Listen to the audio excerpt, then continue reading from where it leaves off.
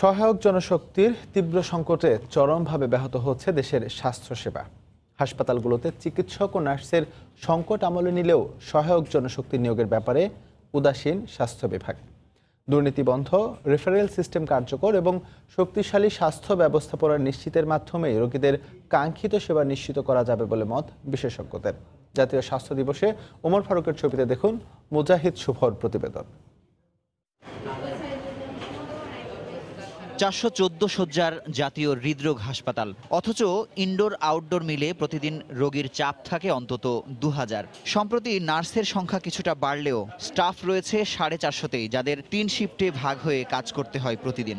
Ward boy, peon, technician সহ সহায়ক জনশক্তির তীব্র সংকট চিকিৎসক ও নার্সকে বাড়তি চাপে রাখায় রোগীরা পাচ্ছেন না কাঙ্ক্ষিত সেবা। প্রয়োজনে ডাক্তারকে আমাদের দরকার হয়, তখন আমরা ডাক্তারে পাই না। তো মাঝে মাঝে নার্স আসে, আইসা খোঁজ খবর নিয়ে চলে যায়। 200 থেকে 250 রোগী রেগুলারলি থাকে, আর 22 থেকে 25 জন মেয়ে থাকে। এই কারণে রোগীদের বেসিক যে সেবাটা এটা আমরা দিতে পারতেছি না। তৃতীয় এবং চতুর্থ শ্রেণীর জনবল যারা সেবার কাজে সরাসরি জড়িত, তাদের জনসংখ্যা অ্যারাউন্ড হচ্ছে 350 থেকে 400। 60-70টা পেশেন্টের জন্য আমরা একটা ওয়ার্ড বয়, একজন আয়া, একটা ওয়ার্ড বয়ের মাধ্যমে কি টোটাল সার্ভিসটা আমরা এনশিওর করতে পারতেছি না। চিকিৎসক ও নার্স স্বাস্থ্য ব্যবস্থার কেন্দ্রবিন্দুতে থাকায় হরহামেশায় নিয়োগ পেলেও সহায়ক জনশক্তিদের নিয়োগ হয় না তেমনভাবে। ফলে স্বাস্থ্যসেবার অব্যবস্থাপনার দায় সহজেই পড়ে চিকিৎসক ও নার্সের ঘাড়ে।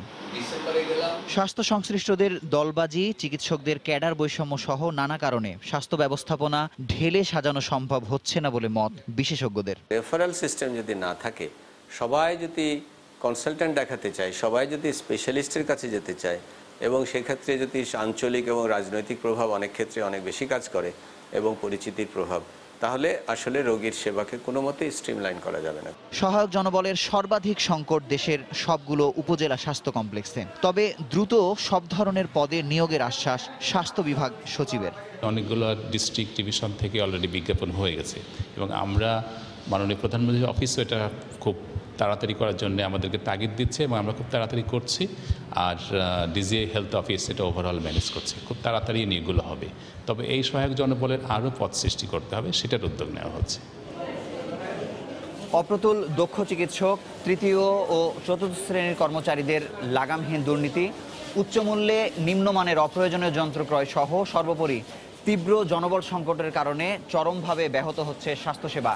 তাই স্বাস্থ্যসেবার তদারকির জন্য শক্তিশালী ও বাস্তবমুখী কর্মপদ্ধতির প্রয়োগ জরুরি বলে মনে করছেন বিশেষজ্ঞ চিকিৎসকরা। মুজাহিদ শুভ, সময় সংবাদ, ঢাকা।